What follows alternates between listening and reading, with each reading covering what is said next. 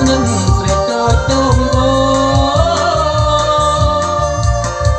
នៅកំពង់ចាំកំពង់ចាំតូ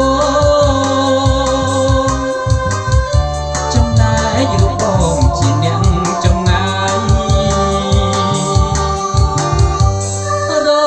សៀលជ្រៀលជ្រែទុំទេទៀមទៅ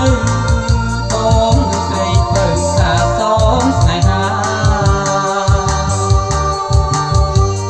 នៅលើវីថៃស្ពានពីសូណាស្បត់ស្បែសាច់ចាថាស្មោះមិនប្រែ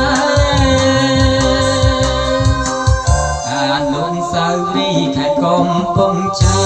មបងនឹងស្រីឆ្នើមចង់ស្ពានស្នេហាមិនយូរប៉ុន្មានក៏ព្រាបក៏និថាអូនទៅធ្វើការនៅក្រុងភ្នំពេញ